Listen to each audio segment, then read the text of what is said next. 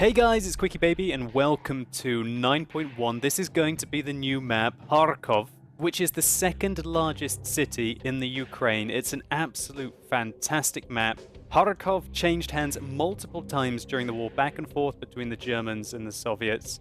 And boy, can you see that on the battlefield. It's absolutely torn up. This has to be the best map that Wargaming have released in ages, and I'm going to be giving you my rundown of it in this video.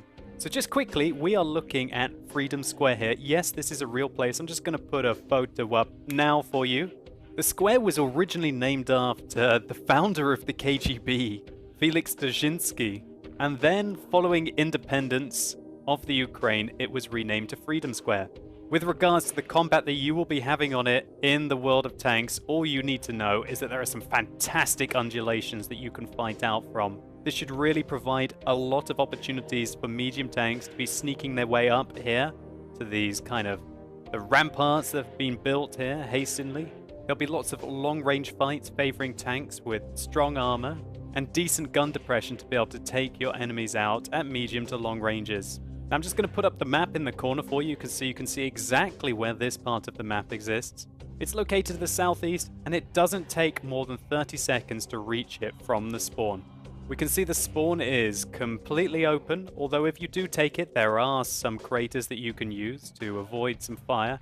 And also there's this interesting location here where you might be able to cap, while if you're in quite a low-lying tank, to be able to avoid most of the fire, or at least force the enemies to either flank around to be able to get shots on you, or to close the distance and come at you directly. Now, it doesn't take long to progress straight across the middle of the map. You can see down the sort of dogleg bend, straight down the middle, all the way towards the enemy base. You could liken this map quite a lot to a Himmelsdorf, although, as you can see, it is very much more open. Himmelsdorf has completely closed streets.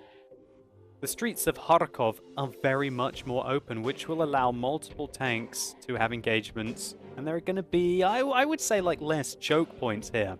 There's going to be ample opportunity for side scraping around these corners to try and engage your enemies. And the fight for Freedom Square should be absolutely spectacular when we get our hands on this map. To put things into perspective, if you don't want to go down the middle of the map and you do indeed want to make your way to Freedom Square, the roads are quite low-lying. There are ridgelines either side, which should allow you ample opportunity to protect yourself. Once you reach locations such as this, there are nice mounds which come out, which, as any tanker will know, is perfect to hide your hull armor and be able to only expose your hopefully strong turret armor against the enemies. More aggressive players would love to make it into these undulations, and possibly medium tanks or fast heavies will be able to locate up here. I feel that this position will be very interesting. You'll be able to shoot out across the entire square. However, you will be putting quite a significant difference between yourself and the cap circle. Just to focus up again about the center of the map, you can see just how wide these streets are. Don't think you're simply going to be able to just cross the street. You're going to expose yourself for at least 10-20 seconds to fire from either side. And this kind of urban combat, which is completely opportunistic, will be absolutely fantastic. As you can see here, there are multiple ways around the buildings. There are some choke points, and there are even sneaky opportunities for you to be able to get shots through tiny little gaps upon your opponents. I can't wait to see medium tanks kiting heavies all the way around here. There are loads of opportunities for light tanks to escape, and it's going to take a very long time to learn all the intricate details on this map and know your rat runs and how to outflank your opponents. As we can see, the red base cap circle is very open as well. There's a little bit of hard cover here that you could use to try and hide from the enemies. However, as Wargaming have rightly done, they've put it at the edge of the cap circle, which means that medium and light tanks will not simply be able to kite heavies while doing 100% of the cap. As you'll know, is completely unbalanced and very frustrating. And I think only happens on the Tundra map, but I might be wrong there. Cap circle is indeed very open, and you could be engaged from any angle. So if you indeed want to come back to the base and defend for your team, then you're going to be able to choose multiple angles to do so. But still, because of the wide open nature of the streets and the crossings that you will have to make. Although you can come from any angle, you have to get there while remaining hidden. So even if I was to stop the video here with just these features that I've shown, I would say this is probably one of, if not the best map that World of Tanks will have in the game. However, that's not enough. Maybe you're a medium tank driver and you're thinking that you don't really want to participate in all of this arguably heavy close quarters combat.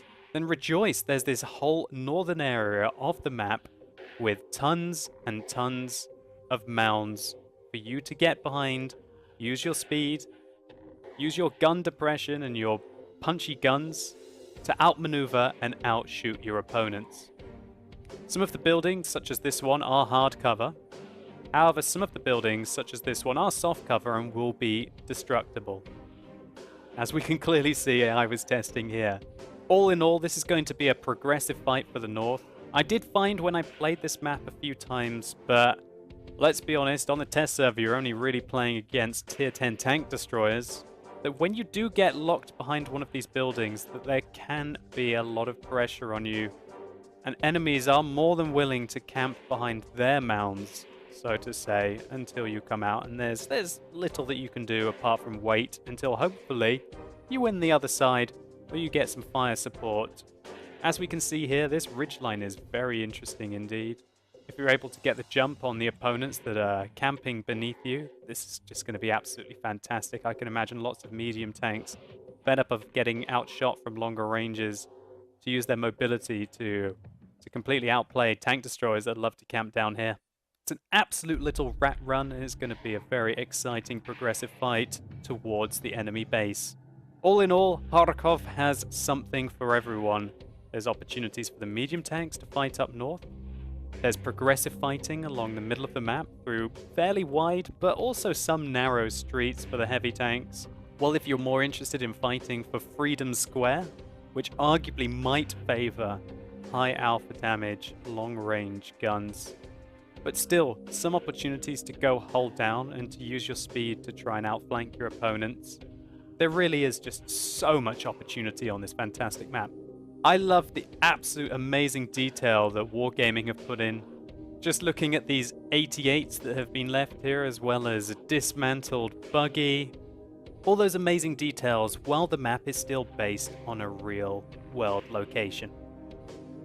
Personally, I feel that Kharkiv is going to be an absolutely fantastic addition to the already diverse range of maps that are available in World of Tanks. I know a lot of people missed sort of that kind of extra Himmelsdorf. They're always like, yes, I've got on Himmelsdorf. Or yes, I've got on Runeberg, two of my favorite maps. Lots of people like Ensk. And this is definitely going to appeal to those kind of players. However, I really do feel that this has got something for everyone. And after you've done with that kind of amazing gore-gawping looking at this absolutely fantastic scenery, then you're going to be really stretched thinking hard about where best to take your tank to have an effective game. So I hope you ladies and gentlemen enjoyed this map preview. If you did, it would really help me out if you liked the video down below. And let me know what you think about Kharkiv. Are you as excited about it as I am? I really can't wait to play this. Well, what is your favorite part on the map as well? Let me know in the comments below which parts you really like the look of and which parts maybe kind of worry you a little bit. Anyway, as always guys, thank you so much for watching. You've been epic, and hopefully I'll see you soon.